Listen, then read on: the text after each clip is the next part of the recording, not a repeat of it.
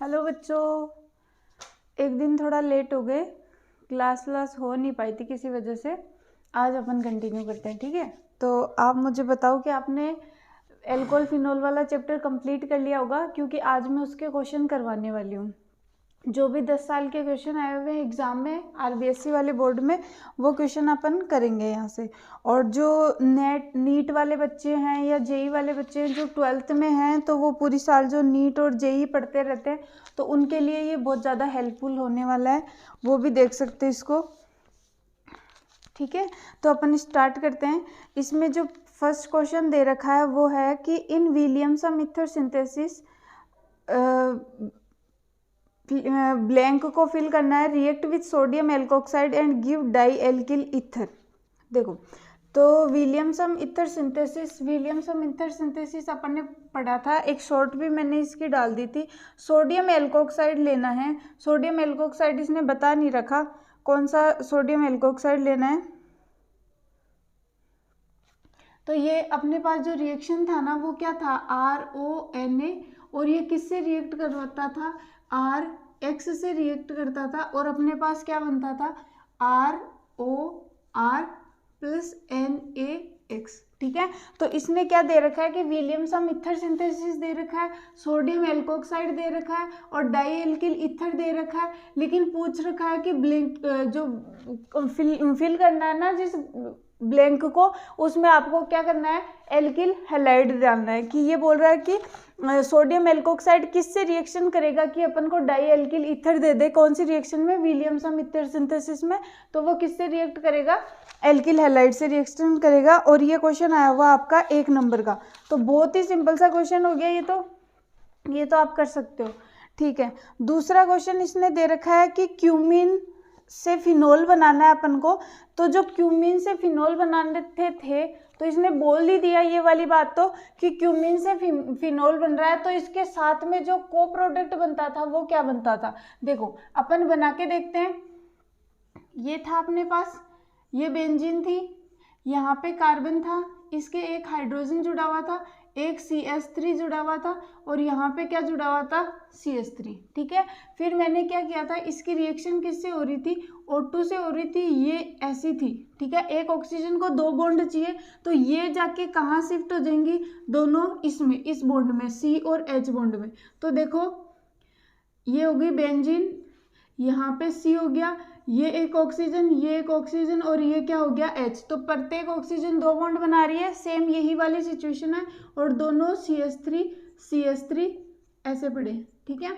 फिर इसमें क्या हो रहा था, इसमें ये वाला जो दोनों ऑक्सीजन के बीच में पेरोक्साइड वाला जो बॉन्ड है, वो वाला बॉन्ड टूट रहा था। ये वीक होता है, पेरोक्साइड वाला बॉन्ड बहुत जगह टूटता ही है। तो ये वाला बॉन्ड टूट के इस पे शिफ्ट हो रहा था, तो इस पे क्या आ गया, प्लस आ गया, और यहाँ पे इलेक्ट्रॉन डेंसिटी है, तो ये वाला कहाँ शिफ्ट हो जाएगा, इस पे शिफ्ट हो जाएगा, ठीक है। तो देखो ये वाला यहाँ शिफ्ट हुआ तो ये बॉन्ड टूट जाएगा। तो इसकी सिचुएशन देखो, अपने पास क्या बन रहा है, पहले इसको बनाओ, ये हो गया, ठीक है। ये बेंजीन हो गई, ये किस पे शिफ्ट हो रहा है, ऑक्सीजन पे, और ये H। तो ये बोल रहा है इसको क्यूमीन कहते हैं, इसको फिनोल कहते हैं। तो ये बोल रहा है क्यूमीन से फिनोल बन रहा है, इसके साथ में और क्या बनता है, तो इस कार्बन को पकड़ो, ये कार्बन आ गया, इसके दोनों तरफ CH3 जुड़े हुए हैं, CH3, और ये क्या जुड़ा हुआ है, CH3। एक तरफ क्या जुड़ा हुआ था, एक ऑक्सीजन एक बॉन्ड से एक बॉन्ड और शिफ्ट हो गया, तो ये बॉन्ड हो गया, और ये कीटोन बन गया। एक तरफ R दूसरी तरफ R, और ये बीच में CO कीटोन हो गया, और इस कीटोन का नाम क्या है, एसीटोन, ठीक है। तो इसने दे रखा है कि चॉइस वाला क्वेश्चन है, MCQ है, तो आपको क्या करना है, इसने क्यूमीन से फिनोल प्राप्त करने के लिए योगोत्पाद देता है। तो इसमें ट्राइब्रोमोफिनोल दे रखा है, नहीं बन रहा, बेंजोक्विनोन नहीं बन रहा, पिक्रिक एसिड नहीं बन रहा, एसीटोन। तो इसका आंसर क्या हो जाएगा, एसीटोन। और ये वाला क्वेश्चन भी आया हुआ है 1 नंबर में, ठीक है। तो हर एक चीज़ कुछ भी छोड़ना नहीं है, जितना पढ़ा गया सीधा सीधा उसको पढ़ते जाना, हो जाएगा। फिर पूछ रखा है इसने, क्या होता है जब 1 डिग्री 2 डिग्री पृथक एल्कोहल को निर्जल क्रोमियम ट्राई ऑक्साइड CrO3 द्वारा ऑक्सीडाइज्ड किया जाता है। तो क्या बोल रहा है, what happen when 1 degree and 2 degree alcohols are oxidised by anhydrides anhydrous chromium trioxide CrO3। अरे बहुत सिंपल सा, इसमें तो देखो अपन ने क्या बोला था, ऑक्सीडेशन करवाया था तो 1 डिग्री एल्कोहल से क्या बनाया था मैंने, एल्डिहाइड, और 2 डिग्री से क्या बनाया था, कीटोन। तो कुछ नहीं करना, बस यही करना है। देखो CH2 और यहाँ पे अगर OH आ गया और मैंने यहाँ क्या दे रखा है CrO3, CrO3 में Cr के ऑक्सीडेशन स्टेट बताओ। फिर देखो CH3 आ गया, CH2 और ये आ गया CHO। तो ये क्या बन गया, 1 डिग्री एल्कोहल क्या देगा, एल्डिहाइड देगा। ठीक है, और दूसरा क्वेश्चन क्या दे रखा है 2 डिग्री, तो CH3 CHOH और इधर क्या आ गया CH3। फिर इसको किससे कराएंगे, CrO3 से, और क्या मिलेगा, देखो CH3 C double bond O और इधर क्या आ जाएगा CH3। तो 2 डिग्री से आप क्या बना दोगे, कीटोन, और 1 डिग्री से क्या बना दोगे, एल्डिहाइड। और ये वाला क्वेश्चन करते ही इतना सिंपल सा क्वेश्चन था, और ये कितने नंबर में आया हुआ है, 2 नंबर में। ठीक है, फिर आपको दूसरा क्वेश्चन दे रखा है। देखो 1-2 चीजें थी जो मुझे बतानी थी और आपकी रह गई थी।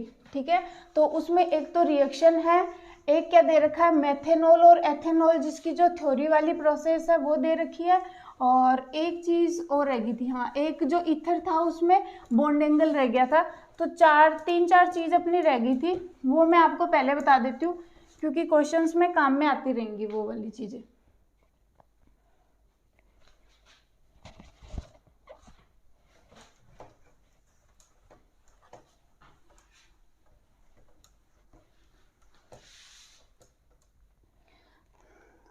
देखो इसने कर रखा है, एक रिएक्शन ऐसी दे रखी है जो बुक में है, उसको उसी रिएक्शन को उतने ही कार्बन के हिसाब से, उतने ही टेम्परेचर के हिसाब से अपन को करना पड़ेगा, क्योंकि वो एनसीईआरटी की एज इट इज रिएक्शन है और वो आती भी रहती है। ठीक है, तो आपको क्या करना है, इसमें देखो ऐसे दे रखा है CH3 CH2 और OH। ठीक है, और इसको 2 अलग अलग टेम्परेचर पे देगा। एक टेम्परेचर इसका देगा 443 केल्विन पे, और एक इसका देगा 413 केल्विन पे। ठीक है, तो देखो, और इसमें H+ देगा, यहाँ भी H+ का सोर्स देगा, यहाँ भी H+ का सोर्स देगा। H+ H2SO4 हो सकता है, HCl हो सकता है, कुछ भी हो सकता है। तो इसमें आप क्या करोगे, ज़्यादा टेम्परेचर है ना, वहाँ तो बना देना एल्कीन, याद ही रखना है ये। ज़्यादा टेम्परेचर है वहाँ तो पानी का लॉस हो जाएगा, यूँ मान लेना ज़्यादा बॉईल करोगे तो पानी का लॉस हो जाएगा। और एक जहाँ पे इससे कम टेम्परेचर है वहाँ पे आप बना देना ईथर।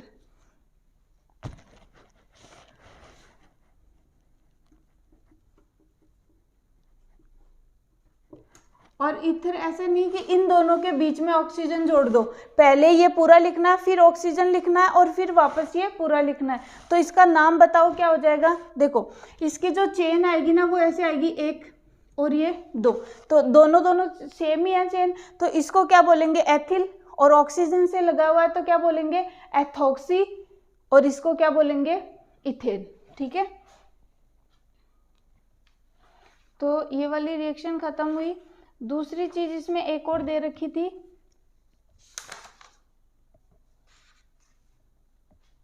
देखो ये वाली होगी, और इसका यूपीएससी नाम भी ध्यान रख लेना क्या है, एथॉक्सी।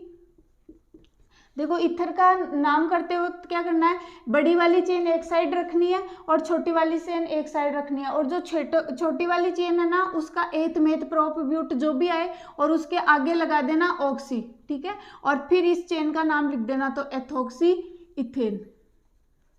ठीक है, ये नाम हो जाएगा। एक तो ये वाली चीज रह गई थी, दूसरी चीज ये रह गई थी कि जो ईथर होती है, जैसे मान लो इधर ऑक्सीजन है, यहाँ पे R है और यहाँ पे R है, और यहाँ पे इसके 2 लोन पेयर पाए जाते हैं। ठीक है, तो पहले तो इसका हाइब्रिडाइजेशन निकालो, संकरण। तो संकरण में आप क्या करोगे, 2 तो इसके पास क्या है बॉन्ड पेयर, 1 और 2, और 2 ही इसके पास क्या है, 2 ही हो गए इसके लोन पेयर, तो टोटल कितने हो गए 4, और 4 होते ही संकरण कौन सा आ जाता है sp3। तो sp3 में ज्योमेट्री कैसी आनी चाहिए थी, ज्योमेट्री आती है इसकी टेट्राहेड्रल या चतुष्फलकीय, और इसकी शेप शेप और ज्योमेट्री में डिफरेंस है, पहले की क्लास से जाके देख लेना। शेप कैसी आती है, मतलब आपको दिखती कैसी है, तो ये दोनों नहीं दिखते हैं, ये दिखते हैं, तो ये कैसी शेप आ जाएगी, वी शेप आ जाएगी।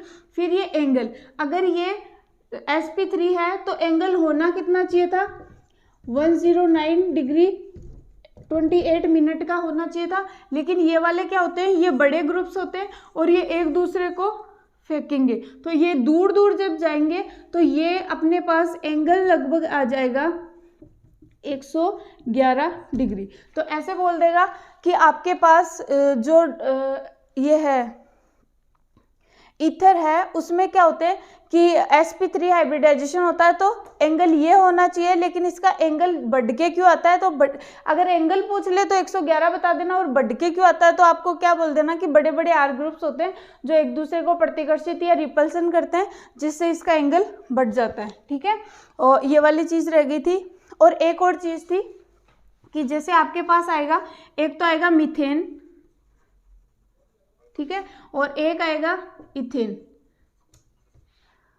सॉरी एक तो मेथेनॉल आएगा और एक एथेनॉल आएगा। ठीक है, तो ये वाले दो में आपको क्या करना है कि ये भी कलरलेस होता है, ये भी कलरलेस होता है, पहली चीज ये ध्यान रखनी है।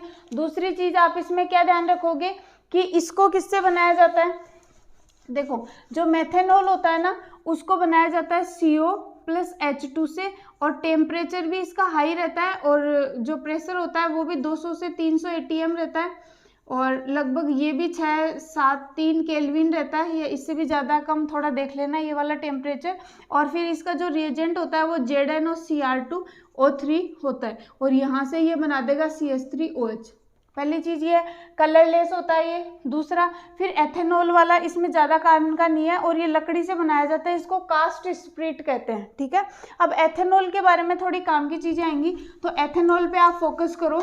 देखो एथेनॉल में क्या होता है कि एथेनॉल का फॉर्मूला, पहली बात तो ये C2H5 और OH, और इसमें एक और चीज़, जो मेथेनॉल होता है ना वो जहरीला होता है, अगर इसकी कम अमाउंट कंजप्शन हुई है, मतलब कम अमाउंट अपनी बॉडी में गई है तो अंधे हो सकते हैं, और थोड़ी ज़्यादा अमाउंट गई है तो मर भी सकते हैं। ठीक है, अब एथेनॉल में क्या करना है, एथेनॉल की सिंपल सी प्रोसेस ये है कि पहले आप ले लो सुक्रोज। ठीक है, सुक्रोज का फॉर्मूला आप ही बताएंगे, और किससे मिलके बनता है, बायोमोलिक्यूल वाला चैप्टर देखो, एक तो मिलता है फ्रक्टोज से और एक मिलता है ग्लूकोज से, और इन दोनों का ही फॉर्मूला होता है C6H12O6। ठीक है, यहाँ पे एंजाइम आएगा इन्वर्टेज, इन्वर्टेज एंजाइम आता है। फिर क्या होता है, जैसे ये ग्लूकोज या फ्रुक्टोज दोनों को ही अपन क्या लेते हैं, जाइमेज एंजाइम से रिएक्शन करवाते हैं, ये ध्यान में रखना है। एंजाइम जाइमेज से जब रिएक्ट होगा तो ये क्या बन जाएगा, 2C2H5OH, और जो भी होगा वो बाहर निकल जाएगा। ठीक है, तो ये वाला जब बन जाता है, ठीक है, इसमें क्या होता है कि यहाँ यीस्ट होती है, इसमें बायो वाले बच्चों को आराम से समझ में आ जाएगा। और इसमें क्या होता है, ये एक शायद फंजाई का नाम है, देख लेना। ठीक है, या सेवाल का नाम होगा, नहीं फंजाई का नाम है ये। ठीक है, तो ये क्या होता है, अगर इसमें एल्कोहल की मात्रा 14% हो गई तो इससे ज़्यादा पर ये फंजाई क्या हो जाएगी, इनएक्टिवेट हो जाएगी।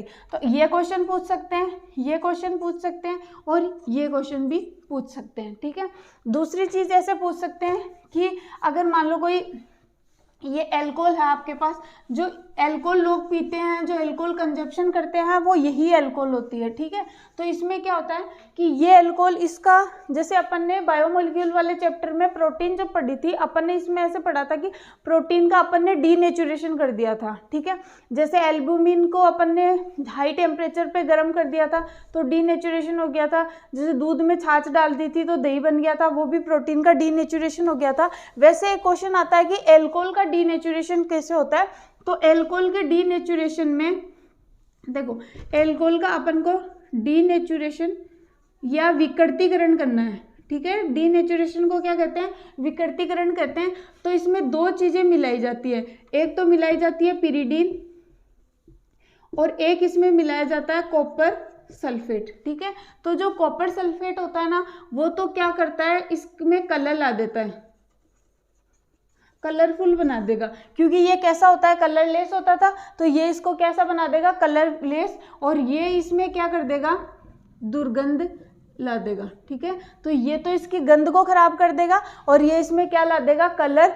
तो ये एल्कोहल का क्या हो जाएगा, डीनेचुरेशन हो जाएगा, ठीक है। और एक क्वेश्चन और आता है कि आजकल एल्कोहल ज़्यादा से ज़्यादा कैसे बनाया जाता है, तो जो एल्कीन होती है ना, CH2 डबल बॉन्ड CH2, इस पे हाइड्रोलाइसिस किया जाता है H2O से, H2OH+ से अपन ने पहले रिएक्शन करी हुई है, तो ये क्या बन जाता है, CH3 CH2OH, ठीक है। तो आजकल का प्रोसेस ये है, स्टार्टिंग से ये चलता जा रहा था। अब क्या होता है इसमें, जब ऐसे कभी कभी आपने सुना होगा ना कि ऐसे गांव में शराब बनाते थे, पुराने टाइम पे भी बनाते थे क्योंकि ये बहुत पुराने टाइम से पीते हैं लोग। तो इसमें क्या होता था कि कभी कभी किसी ने शराब पी तो बहुत सारे लोग अंधे हो गए जिन्होंने भी पी, कुछ लोग मर गए। तो उसमें ऐसे होता है कि ये वाला, अगर ये फैक्ट्रीज में या प्रॉपर कंडीशन में, और एक ये ध्यान रखना कि इसको बनाने के लिए एवाईवीए कंडीशन या एन एरोबिक कंडीशन रखनी चाहिए, मतलब ऑक्सीजन इसमें होनी ही नहीं चाहिए, वरना ये एल्डिहाइड बना देगा, ठीक है। तो ये क्या होता है, एल्डिहाइड बना देगा, ये मेथनॉल में भी टूट जाता है, एल्डिहाइड में भी बना देता है, फॉर्मेल्डिहाइड बन जाती है इसमें। तो आपको क्या करना है, एनएरोबिक कंडीशन या एवाईवी स्थिति इसमें ध्यान में रखनी है। और वो लोग मर जाते थे, उसका कारण क्या होता था, मेथनॉल उसमें बन जाता था, ठीक है। तो ये 2-3 चीज़ें छूट गई थी, वो आप ध्यान में रख लेना। आगे के क्वेश्चंस अपन कंटिन्यू करते हैं, ठीक है।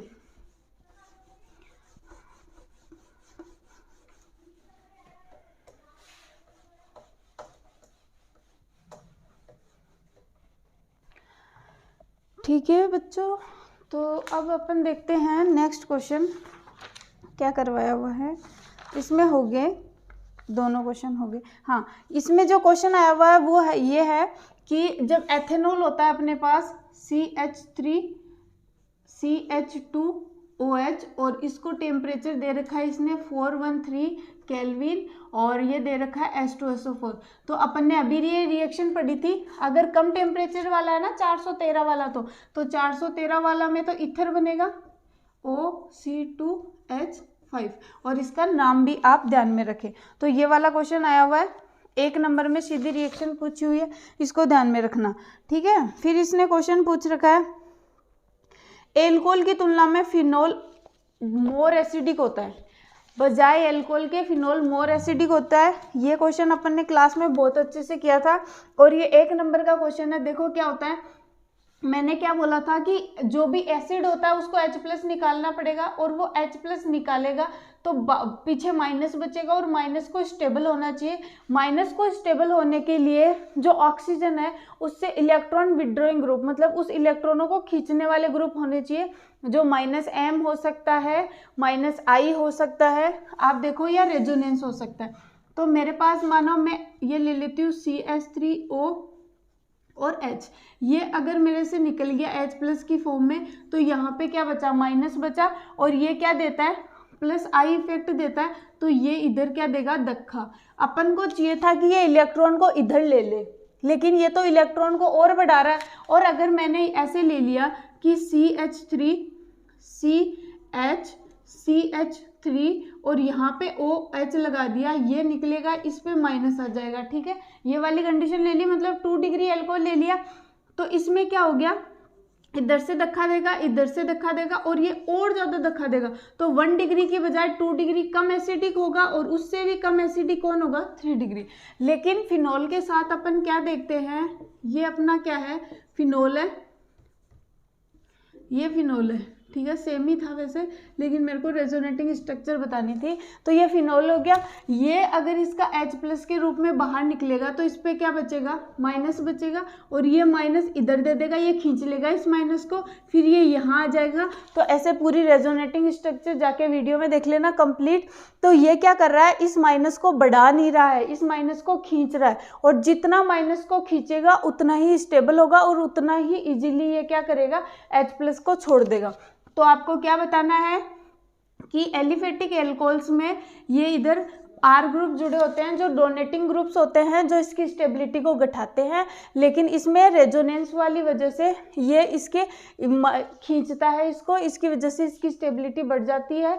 इस वजह से एल्कोहल में फिनॉल ज़्यादा एसिडिक होता है, ठीक है।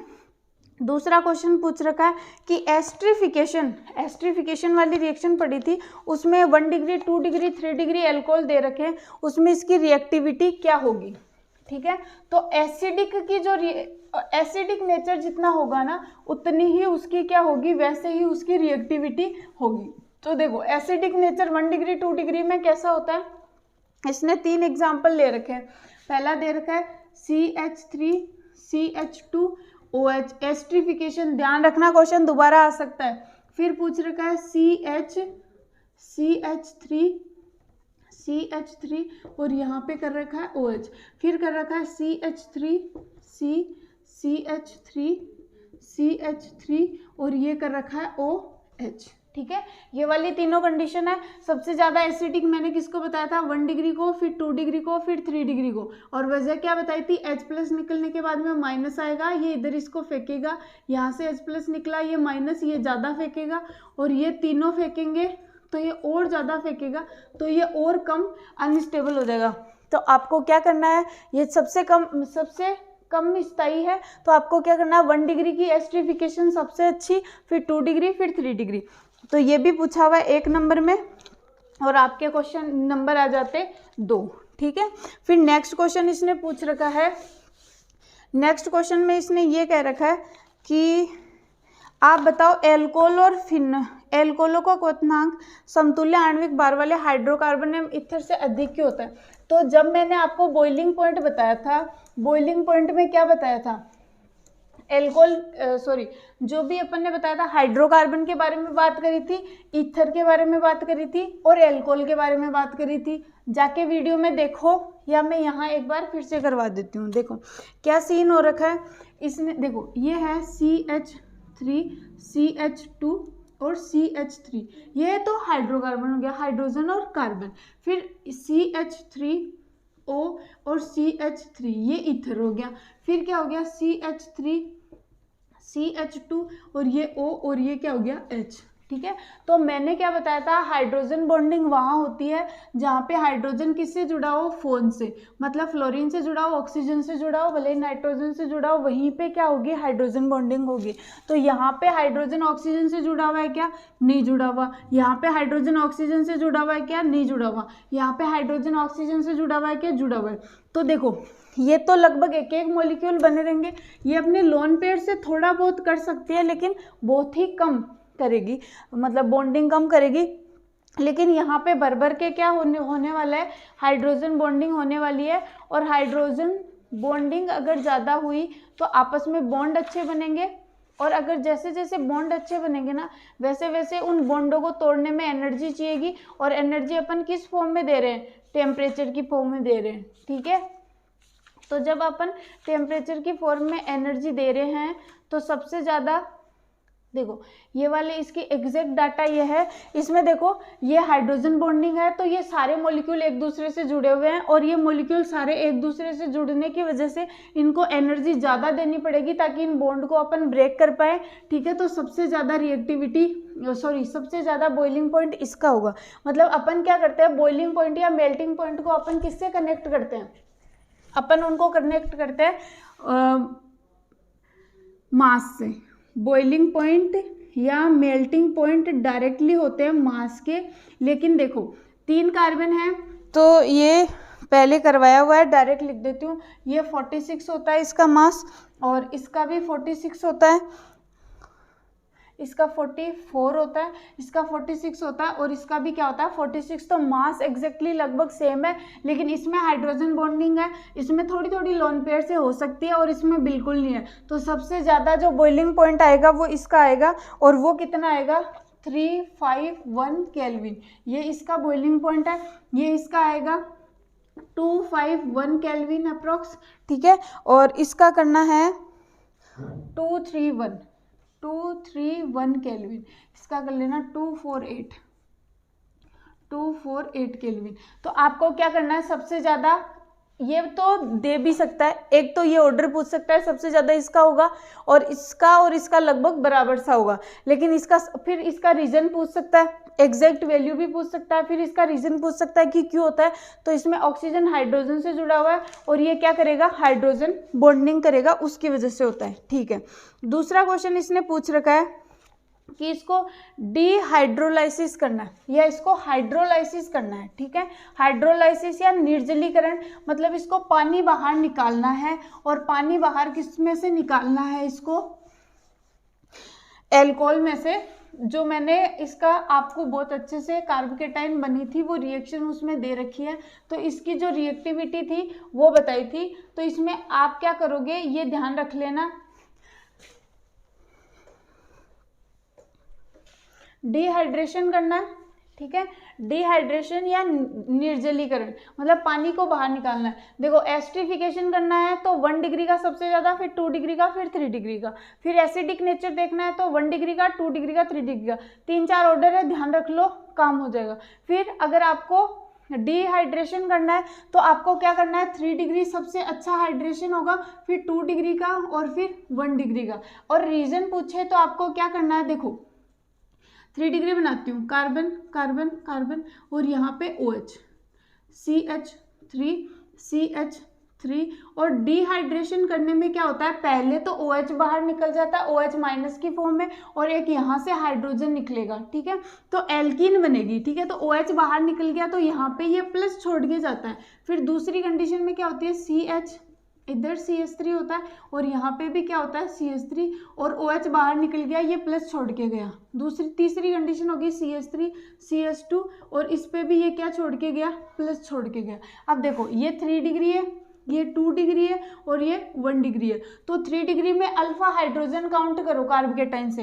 कार्बोकेटाइन से जुड़ा हुआ जो कार्बन है वो अल्फा कार्बन और उससे जुड़े हुए हाइड्रोजन अल्फा हाइड्रोजन। तो 3, 6 और 9, तो इसमें तो कितने 9 अल्फा हाइड्रोजन है, इसमें कितने 6 अल्फा हाइड्रोजन है और इसमें कितने 3 अल्फा हाइड्रोजन है। तो जितने ज़्यादा अल्फा हाइड्रोजन होंगे उतना ही अच्छा इसका क्या हो जाएगा, इसको निकलना आसान हो जाएगा। तो आपको क्या ऑर्डर लगाना है, 3 डिग्री 2 डिग्री और 1 डिग्री। ठीक है, तो ये वाला क्वेश्चन करते ही आपको मिल जाता 1 नंबर। तो जितने क्वेश्चन करवाए हैं, एस्ट्रिफिकेशन 1 नंबर का पूछा है, एस्ट्रिफिकेशन का ऑर्डर 1 नंबर का पूछा है, डिहाइड्रेशन का ऑर्डर 1 नंबर का पूछा है, फिर ये कार्बोकेटाइन का, सॉरी हाइड्रोकार्बन का, ईथर का और एल्कोहल का जो बॉइलिंग पॉइंट पूछा है वो भी 1 नंबर में पूछा है। तो ये वाला भी आप कर दोगे।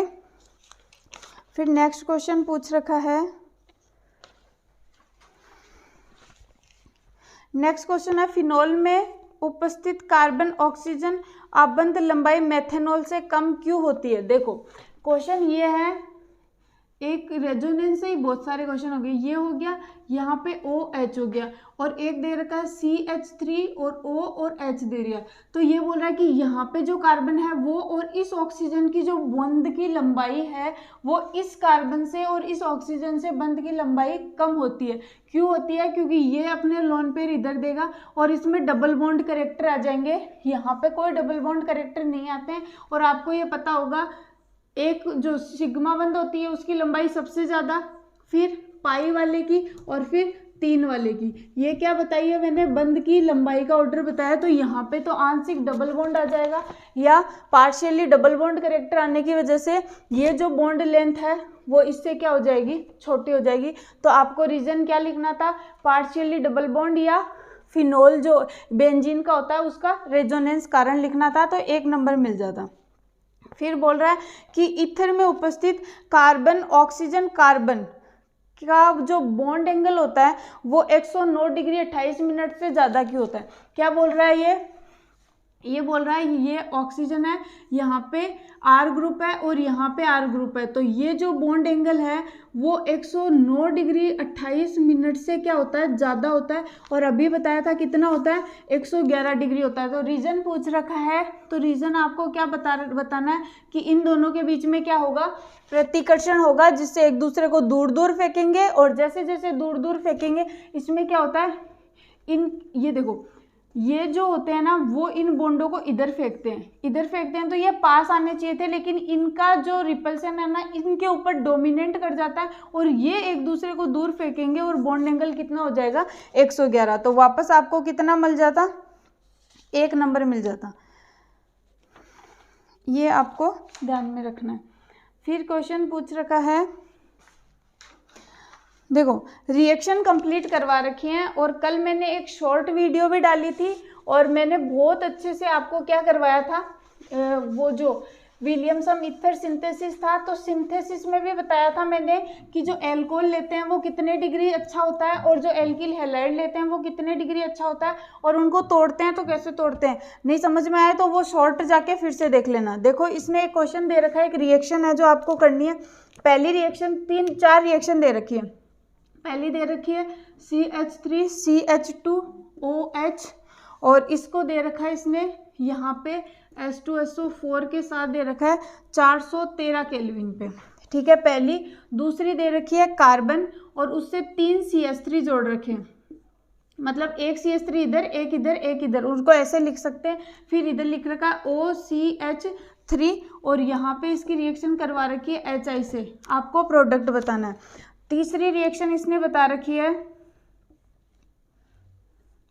जिससे अपन ने एनिसोल बनाया था, तो ONA और ये होगी R और X, ये भी विलियमसन ही है लेकिन ये इसमें है, ठीक है। और चौथी रिएक्शन इसने दे रखी है कि नाइट्रेशन दे रखा है एनिसोल पे, ये हो गया एनिसोल और इस पे इसने दे दिया HNO3 और इसके साथ H+ या H2SO4। अकेला H2SO4 आए तो सल्फोनेशन करवाना है और HNO3 के साथ आए तो नाइट्रेशन करवाना है। देखो इसमें मैंने क्या बताया था, अभी बताया इसका कम है तो ईथर बना दो, तो क्या बनेगा, इधर CH3 CH2 बीच में ऑक्सीजन, फिर CH2 और इधर क्या आ गया CH3, ईथर हो गया।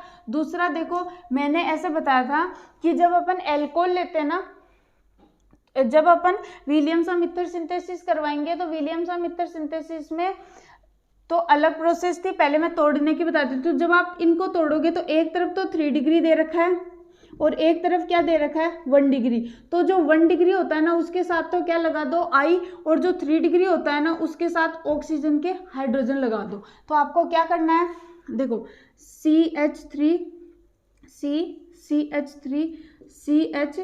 ये हो गया 3 डिग्री, इसके साथ एल्कोहल बनेगा तो ये OH हो गया और इधर क्या बच गया CH3 और ये I। और ये ध्यान रख लेना विलियमसन ईथर सिंथेसिस का क्वेश्चन आएगा ही आएगा, तो आपको क्या करना है, छोटे वाले के साथ तो लगाना है हेलाइड और बड़े वाले के साथ क्या लगाना है ऑक्सीजन जब अपन तोड़ते हैं, और ये उल्टा हो जाएगा जब विलियमसन ईथर सिंथेसिस करेंगे। जाके पीछे वाली वीडियो देख लेना, समझ में आ जाएगा। फिर आपको ये करना था, तो इसमें क्या करना था, ये माइनस आता है, ये इस पे अटैक करता है, ये NaCl के रूप में बाहर निकलेगा, तो आपके पास क्या बचेगा, ये था ऑक्सीजन इससे जुड़ा हुआ ही रह जाएगा और आगे क्या जुड़ जाएगा, यहाँ पे CH3 या ये CH3 होगा तो CH3 और R दे रखा है तो यहाँ जोड़ दो R, ठीक है। नेक्स्ट ये वाला क्वेश्चन है, तो ये देखो इसकी रेजोनेटिंग स्ट्रक्चर करवाई रखी है और ये ऑर्थो और पैरा पे क्या कर रहा है, माइनस बढ़ा रहा है, तो यहाँ पे NO2 आके कहाँ जुड़ जाएगा, जैसे ये आ गया OCH3 और यहाँ पे जोड़ दो NO2 और एक प्रोडक्ट पैरा वाला भी आप बना सकते हो। तो ये क्वेश्चन कर देते तो हर एक रिएक्शन आ जाती आधे आधे नंबर में, तो आपको 2 नंबर मिल जाते हैं, 4 रिएक्शन याद होती तो, ठीक है। फिर इसने बोल रखा है नेक्स्ट रिएक्शन, ये वाली मैं मिटा रही हूँ। फिर इसने बोल रखा है कि फिनोल से बनाओ सैलिसिलिक एसिड। तो सैलिसिलिक एसिड बनाने की जो रिएक्शन थी वो क्या बताई थी मैंने आपको, कोल्बे रिएक्शन बताई थी ना। तो कोल्बे रिएक्शन में आप क्या कर रहे थे, किससे किसकी रिएक्शन करवा रहे थे, ये देखो ये थी रिएक्शन, ये है फिनोल और इसकी रिएक्शन करवाते हैं पहले CO2 से, पहले करवाएंगे NaOH से, फिर CO2 से करवाएंगे, फिर H+ एक्सचेंज कर देंगे, तो आपको क्या मिल जाएगा, ऑर्थो पोजीशन पे COOH और यहाँ पे आ जाएगा OH। इसको कहते हैं सैलिसिलिक एसिड। पूरी रिएक्शन देखनी है तो पीछे वाली वीडियो देख लो, कल ही करवाया इसको और शॉर्ट में भी बता रखा है इसको, ठीक है। तो ये वाला कर देना। फिर इसने बता रखा है आइसोब्यूटिल एल्कोहल का IUPAC नाम लिखो, इससे आपको 1 नंबर मिल जाता। आइसोब्यूटिल कौन सा होता है? आइसो में स्टार्टिंग में T बनता है, देखो कार्बन कार्बन कार्बन कार्बन, ठीक है, ये हो गया आइसोब्यूटिल, ये CH3, यहाँ पे CH3, यहाँ पे CH3, यहाँ पे हाइड्रोजन और ये हो जाएगा OH। तो इसको अपन क्या कहते हैं? Isobutyl alcohol. फिर इसको ऐसे नंबरिंग करो, ये तो इसका जनरल नेम हो गया आइसोब्यूटिल का, और नॉर्मल क्या करेंगे 2 और ये 3, तो 3 कार्बन की चेन बनेगी। इसमें क्या करना है, 2 पे क्या जुड़ा हुआ है? 2 मिथाइल प्रोप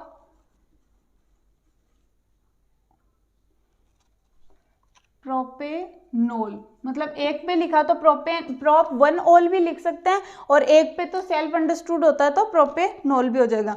तो ये कर देते, फिर आपको मिल जाता 1 नंबर।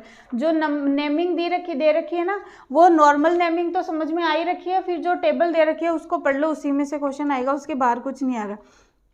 फिर उसने पूछ रखा है द्वितीयक ब्यूटिल एल्कोहल का संरचना बताओ। तो द्वितीयक मतलब सेकेंडरी, देखो ये कार्बन ये कार्बन ये कार्बन और ये कार्बन, और ये देखो ये 1 डिग्री, 1 मिनट,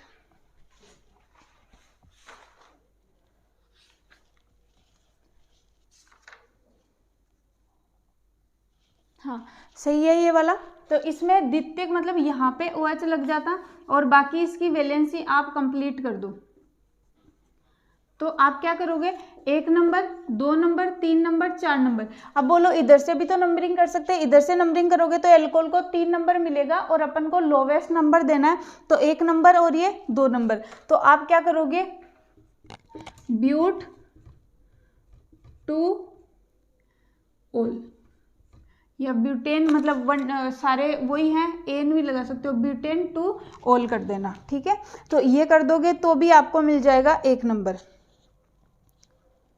फिर एक को पूछ रखा है मेथिल एन प्रोपिल ईथर का IUPAC नाम लिखो। देखो तो इधर CH3 दे रखा है, यहाँ पे ऑक्सीजन दे रखा है, और यहाँ पे 3 कार्बन जोड़ रखे हैं, CH2 और ये CH3, ठीक है। तो इसको नॉर्मली जो नाम करते हैं वो तो कह सकते हैं मेथिल प्रोपिल ईथर, ठीक है। और अपन इसका IUPAC लिखेंगे तो क्या लिखेंगे, सबसे छोटी ये है 1 2 3, तो इसके साथ ऑक्सी लगा देंगे तो मेथॉक्सी, और इधर क्या बच गया, प्रोपेन, तो इसका क्या हो जाएगा, मेथॉक्सी प्रोपेन। तो ये वाला आप ध्यान में रख लेना, ठीक है। दूसरा क्वेश्चन इसने पूछ रखा है कि निम्न रिएक्शन कंप्लीट करो। तो एक तो कर रखा है एल्कोहल का डिहाइड्रेशन, तो एल्कोहल का डिहाइड्रेशन अभी बताया 3 डिग्री का सबसे ज़्यादा, 2 डिग्री, फिर 1 डिग्री, मतलब आपको एल्कीन बनाते जाना है। फिर एक बता रखा है विलियमसन ईथर सिंथेसिस, तो विलियमसन ईथर सिंथेसिस जाके वीडियो में देखो, वीडियो में देखने जितना टाइम आपके पास नहीं है तो शॉर्ट में देख लो, खत्म हो गया। फिर पूछ रखा आइसोब्यूटिल एल्कोहल का संरचना बताइए, तो ये है आइसोब्यूटिल एल्कोहल, और आपको इसकी स्ट्रक्चर बतानी थी, 1 नंबर मिल जाता। फिर पूछ रखा है एक रिएक्शन, ये आगे वाले चैप्टर की है, ये वाला कंप्लीट हो गया, ठीक है। फिर डाई एथिल ईथर, ठीक है, तो die ethyl ether CH3 CH2 ethyl हो गया, ये ऑक्सीजन, और डाई एथिल मतलब दोनों तरफ CH3, तो इसका नाम अभी बताया था एथॉक्सी इथेन, इसका IUPAC नाम पूछ रखा है। फिर ठीक है, तो ये वाली रिएक्शन आप कर दो। फिर एक में पूछ रखा है फिनोक्साइड आयन की रेजोनेटिंग स्ट्रक्चर, तो फिनोक्साइड किसको बोलोगे, और यहाँ पे अगर माइनस आ गया ना तो इसको बोलोगे फिनोक्साइड, तो इसकी रेजोनेटिंग स्ट्रक्चर फिनोल जैसी ही होंगी, लेकिन इससे छोड़ के मत आ जाना कि फिनोक्साइड क्या होता है। तो ये वाला रिएक्शन आप कर लोगे तो आपको मिल जाएंगे फिनोक्साइड की रेजोनेटिंग स्ट्रक्चर में 2 नंबर।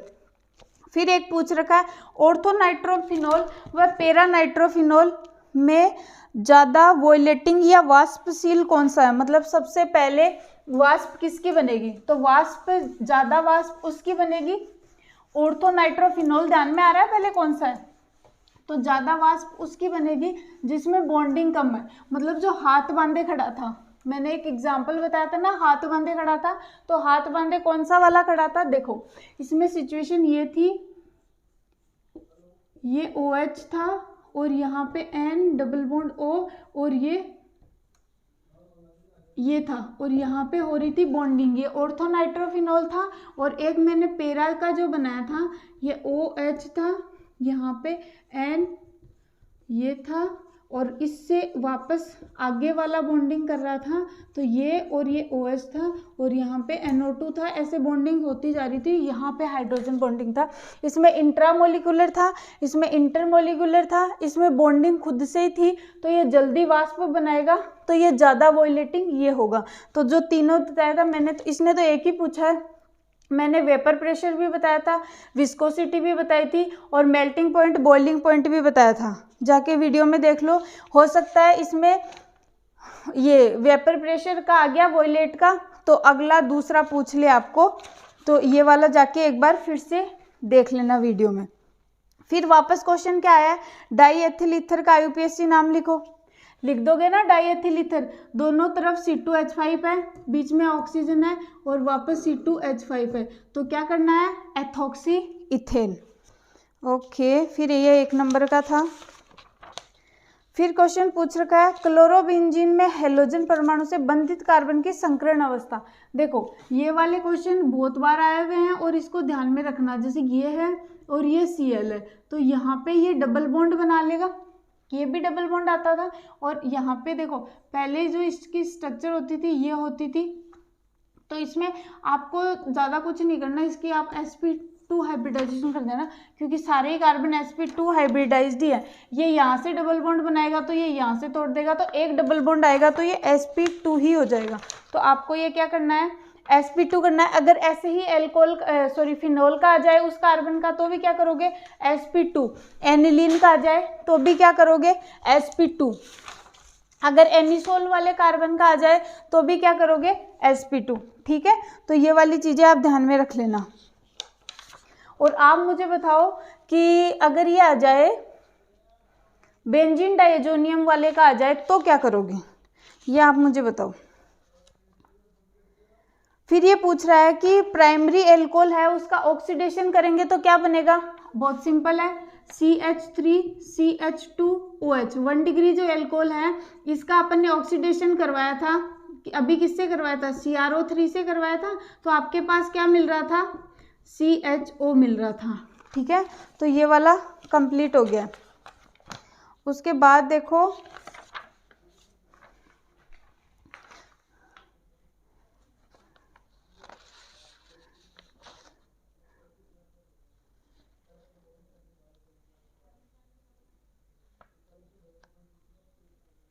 एक क्वेश्चन वापस ये पूछ रखा है कि देखो इसने क्वेश्चन पूछ रखा है ये OH और एक पूछ रखा है कोई भी R ग्रुप हो सकता है, 1 डिग्री 2 डिग्री 3 डिग्री। तो इसमें बोल रहा है ये वाला ज़्यादा एसिडिक होता है इस वाले के, तो मुझे रीज़न बताओ।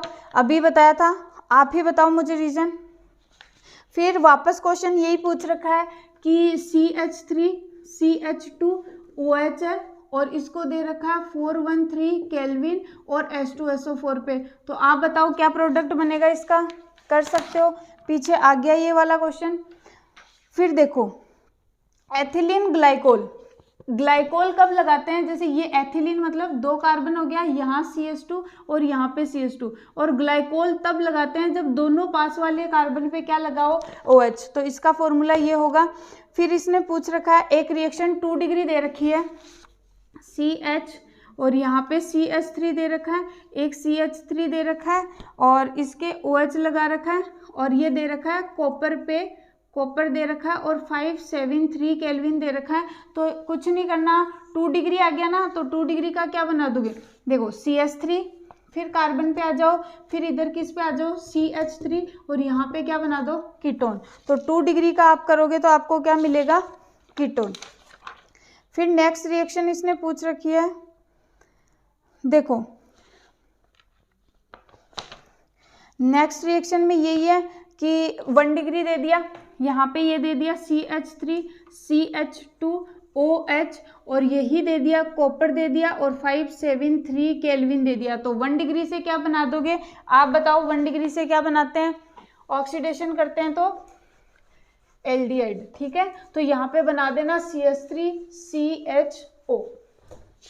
फिर नेक्स्ट क्वेश्चन इसने दे रखा है, अब नेक्स्ट क्वेश्चन आ रखा है विलियमसन ईथर सिंथेसिस का।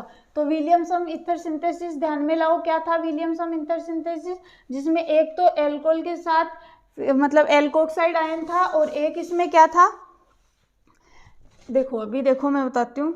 इसने दे रखा है CH3CH2ONA और एक दे रखा है CH3CH2 और I, ठीक है। तो आपको क्या करना था, ये वाला अटैक इस पे होगा, कौन सी मैकेनिज्म के थ्रू होगा, SN2 मैकेनिज्म, नेक्स्ट वाले चैप्टर में पढ़ लेंगे।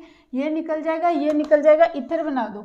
देखो CH3CH2O CH2 और CH3 और इसका UPSC नाम फटाफट लिख दो, कर दोगे आप ये क्वेश्चन, ठीक है। तो ये हो गया खत्म। उसके बाद में बोल रखा है एथेनॉल का डिहाइड्रेशन। भाई पता नहीं ये वाला क्वेश्चन कितने बार आया, ये हो गया ये, और इसका डिहाइड्रेशन मतलब 443 केल्विन और H+ दे रखा है। तो आप इसका डिहाइड्रेशन करके क्या बना दोगे, CH2CH2, ठीक है। फिर बोल रखा है, ठीक है, ये वाले अगले चैप्टर के। फिर बोल रखा है एल्कोहल का डीनेचुरेशन। तो एल्कोहल का डीनेचुरेशन अभी बताया था, ये जो एल्कोहल है उसका अपन को डीनेचुरेशन करना है, तो एल्कोहल में क्या मिला देंगे, और दोनों, अब हो सकता है डीनेचुरेशन दे रखा हो तो उनके अलग अलग काम पूछ ले। देखो एक तो अपन इसमें मिलाते हैं पिरिडीन, ठीक है, और पिरिडीन का ऐसी स्ट्रक्चर होती है, नाइट्रोजन ये और ये, ठीक है, मतलब बेंजीन जैसी होती है, एक कार्बन की जगह नाइट्रोजन होता है और एक क्या होता है, कॉपर सल्फेट होता है। तो ये तो क्या कर देगा, उसमें कलर ले आएगा क्योंकि ये कलरलेस होता है, और ये क्या करेगा, उसमें दुर्गंध ला देगा, ठीक है। तो ये हो गया। फिर बोल रखा है ग्रिग्नार रिएजेंट से, ग्रिग्नार रिएजेंट करवाया था आपको, ग्रिग्नार रिएजेंट से 1 डिग्री एल्कोहल बनाओ। तो मैंने क्या करवाई थी, फॉर्मेल्डिहाइड से रिएक्शन करवाई थी, ये थी आपके पास, ठीक है, और इसकी रिएक्शन करवाई रही थी CH3Mg और Cl से। तो इस पे +2 आया था, इस पे -1, इस पे -1 और इस पे इधर माइनस आ जाता है, इस पे प्लस आ जाता है, तो ये वाला माइनस इस पे अटैक करेगा। तो मैंने आपको कैसे बताया था, H हो गया, कार्बन हो गया, ये बॉन्ड इधर खुल जाएगा, इधर एक कार्बन हो गया, इधर कौन जुड़ गया, ये CH3 जुड़ गया, इधर क्या जुड़ा था, ऑक्सीजन, ऑक्सीजन से कौन जुड़ गया आके, Mg और Cl, ठीक है। और फिर आप इसको दे दो H+, तो कुछ नहीं, ये वाला बाहर निकल जाएगा, या H2O दे दो, ठीक है, H2O में इसके साथ OH लग जाएगा और इसके साथ क्या लग जाएगा, H, तो आपके पास बनेगा HCH, इधर क्या जुड़ा हुआ है CH3 और इधर क्या है OH, और Mg वाले में क्या बनेगा, Mg, एक Cl जुड़ा हुआ था और एक क्या जुड़ जाएगा, OH। और देखो इसको ऐसे लिखो, तो कैसे लिखोगे, CH3 CH2 और OH, तो बन गया ना 1 डिग्री। तो 1 डिग्री तुम किससे बनाओगे, फॉर्मेल्डिहाइड से, ये बना देना। तो इससे आपको मिल जाते, 1 नंबर इसका मिल जाता और 1 नंबर इसका मिल जाता, ठीक है। वापस हो गए 2 नंबर। फिर पूछ रखा है एल्किल एल्कोहल और बेंजील एल्कोहल, वेरी गुड। बेंजील, एलाइल और विनाइल, ये वाली मैंने आपको पहले से ही बता रखी है वीडियो में, तो वहां पे जाके आप देख लेना। मैं यहाँ पे एक बार बना देती हूँ।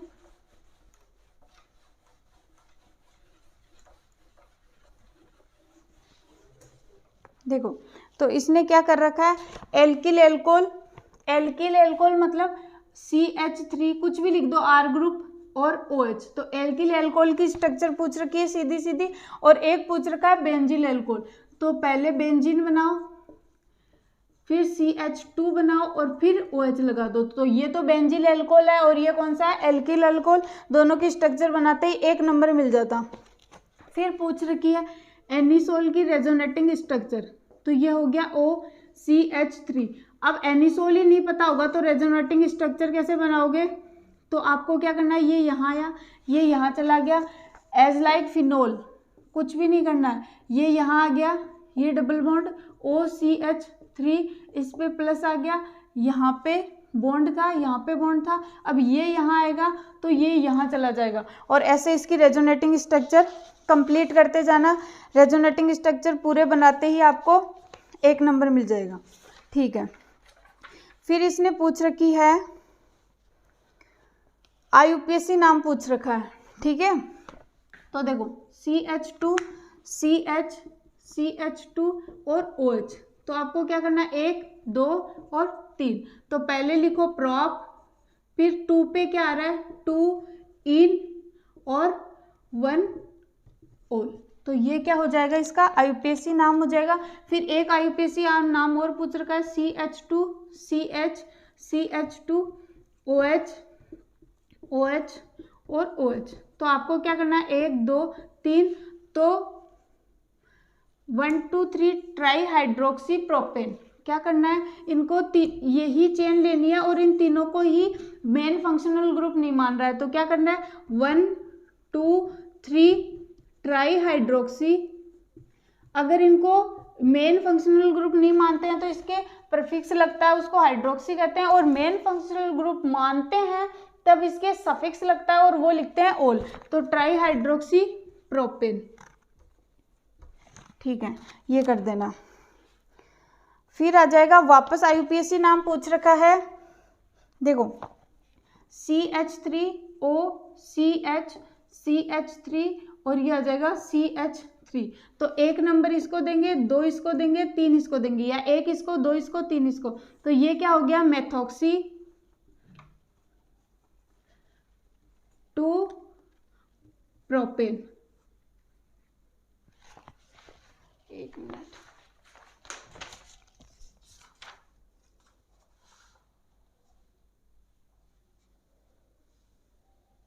हाँ, तो मेथॉक्सी 2 प्रोपेन या 2 मिथॉक्सी प्रोपेन कर दो, 2 मेथॉक्सी, क्योंकि ये 2 पे जुड़ा हुआ है तो 2 मिथॉक्सी प्रोपेन, ये करना है। ठीक है, फिर नेक्स्ट दे रखा है यही वाला, वापस ये करवाया हुआ है CH3, CH, CH3 और OH, तो आप 1 नंबर, 2 नंबर और 3 नंबर, तो क्या करोगे प्रोपेन, प्रोपेन 2 ओल, क्योंकि ये मेन फंक्शनल ग्रुप अपन इसको मान रहे हैं, तो ये वाला आप कंप्लीट कर दो।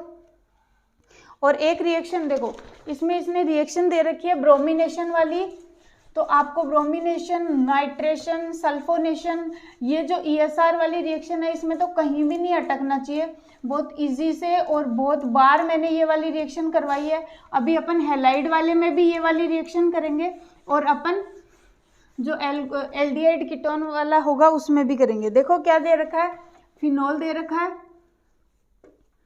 OH, और इसको Br2 से रिएक्शन करवा रखी है, और प्रेजेंस किसकी दे रखी है CH2, तो ये एप्रोटिक है, और एप्रोटिक में Br एक ही जगह पे जुड़ेगा, ये रिएक्शन मैंने करवा रखी है। ठीक है, फिर क्या दे रखा है इसने C2H5OH दे रखा है, मतलब 1 डिग्री दे रखा है, यहाँ पे क्या दे रखा है कॉपर दे रखा है, 573 केल्विन दे रखा है, तो आपको क्या करना है एल्डिहाइड बनाना है CH3CHO, और यहाँ पे एक पे यहाँ पे Br जोड़ देना। ठीक है, तो ये कंप्लीट हो जाएगा। एक इसकी इसने रिएक्शन दे रखी है फिनोल की कंसंट्रेट HNO3 के साथ, पिक्रिक एसिड बनाना है, ये फिनोल है और इसकी रिएक्शन दे रखी है कंसंट्रेट HNO3 के साथ। ठीक है, तो आपको क्या बनाना है पिक्रिक एसिड, और पिक्रिक एसिड के बारे में मैंने जो एक एडिशनल चीज़ बताई थी वो क्या बताई थी, मुझे कमेंट करके सारे बच्चे बताना। ठीक है, लास्ट वीडियो में। फिर एक रिएक्शन इसने दे रखी है, ये भी बना ही देती हूँ। ठीक है, अब इसने एक रिएक्शन में क्या दे रखा है, ये बना दो, भले इसका ये वाला बना दो, मेजर कौन सा बनेगा आपको बहुत अच्छे से पता है। ठीक है, तो एक रिएक्शन इसने ये दे रखी है, एक ये दे रखी है कि OH है और जिंक डस्ट से रिएक्शन करवानी है, तो आप क्या करोगे बेंजीन मिलेगा और ZNO मिलेगा। ठीक है, तो ये वाली रिएक्शन भी करवा रखी है, 1 नंबर का ये, 1 नंबर का ये, 1 नंबर का ये, 1 नंबर का ये, तो आपको मिल जाते 4 नंबर सीधे सीधे। और जो नेमिंग करवाई थी वो भी सब एक एक नंबर की है, वो भी आप कर दोगे। फिर देखो इसने इस रिएक्शन का पहले आप नाम बताना मुझे, कल ही रिएक्शन हुई है ये, और इस रिएक्शन का नाम बताना। चलो मैं ही बता देती हूँ, इसका नाम है फ्रिडल क्राफ्ट, ठीक है।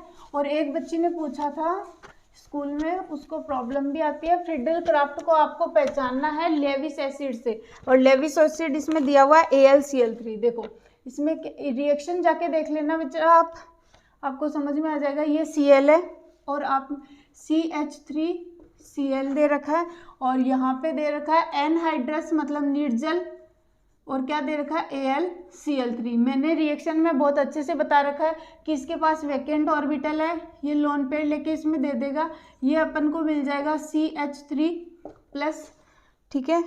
अच्छा ये तो क्लोरो वाला है, पर इसमें भी यही होगा, पर ये रिएक्शन तो अपन आगे वाले चैप्टर में करेंगे। ये अगर यहाँ पे OH दिया हुआ होता तो मैंने ये रिएक्शन करवाई है, तो ये कहाँ आके जुड़ जाता, यहाँ आके इसमें जुड़ जाता, ये इसका प्रोडक्ट हो जाता, ठीक है। फिर आगे वाले चैप्टर के क्वेश्चन नहीं बचेंगे, इसमें नहीं करवा रहे। फिर बोल रखा है वापस IUPAC नेमिंग पूछ रखी है किसकी, CH3O, CH2, CH2 और CH3 की करवा रखी है, देख लेना इसी में करवा रखी है। फिर पूछ रखा है रेजोनेंस स्ट्रक्चर पूछ रखी है एल्कोक्सी बेंजीन की, तो देखो ये है एल्कोक्सी बेंजीन, एनिसोल की रेजोनेटिंग स्ट्रक्चर पूछ रखी है, कर देना इसको, ठीक है। फिर पूछ रखा है बेंजिलिक क्लोराइड और वाइनिक क्लोराइड। अच्छा ये आगे वाले चैप्टर के क्वेश्चन है, ठीक है। तो आपका एल्कोहल फिनोल वाले चैप्टर खत्म हो गया है, उसके सारे क्वेश्चंस भी अपन ने कर लिए हैं। और अभी अपन जो करेंगे एल्किल हैलाइड वाला चैप्टर करेंगे, उसमें SN1 SN2 वाला। और देखो ये जो भी क्वेश्चन आए हुए हैं इसी के इर्द गिर्द क्वेश्चन आएंगे, इसको एक बार आप क्वेश्चन वाली देख लेना, और जहाँ पे अटको जाके वीडियो में देख लेना, ठीक है। और इनकी मैं हर एक चैप्टर की 1 शॉट भी डाल दूंगी। और तो आप बता दो फिर क्या करना है, कुछ एक्स्ट्रा जैसे चैप्टर मैं अभी बोल रही हूँ कि एल्किल हैलाइड वाला चैप्टर करेंगे, ठीक है। तो आप बता दो कि दूसरा कोई चैप्टर पढ़ना हो तो पहले वो कर लेंगे, बाकी सीक्वेंस वाइज सिर्फ ऑर्गेनिक के 2 ही चैप्टर बचे हैं, तो अपन लगभग 6 से 7 दिन में दोनों चैप्टर खत्म कर लेंगे, ठीक है। लगभग जैसे अपने 18 से 19 दिन की सीरीज हो जाएगी, जब तक आपकी एक किताब पूरी हो जाएगी, ठीक है। तो अगर आप 18 दिन में एक किताब पूरी कर रहे हैं तो मुझे नहीं लगता कोई गाठा हो रखा होगा, ठीक है। थैंक यू, और अपने दोस्तों के साथ शेयर करना इस वीडियो को ज़रूर, और चैनल को सब्सक्राइब करना नहीं भूले। वीडियो देखने के बाद वीडियो को लाइक ज़रूर करें, ठीक है। Thank you.